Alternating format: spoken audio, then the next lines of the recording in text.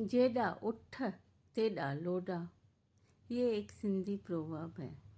Proverb को सिंधी में बोलते हैं पहाका। ये एक सिंधी पहाका है, जेॾा उठ तेॾा लोॾा।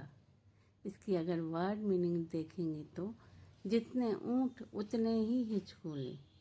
आइए इसको एक एग्जाम्पल से समझते हैं।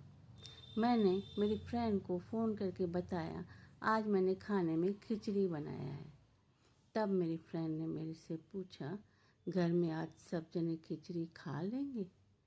मैंने कहा नहीं, खिचड़ी मैंने सिर्फ मेरे लिए बनाई है, बाकी सब जने घर से बाहर घूमने गए हैं।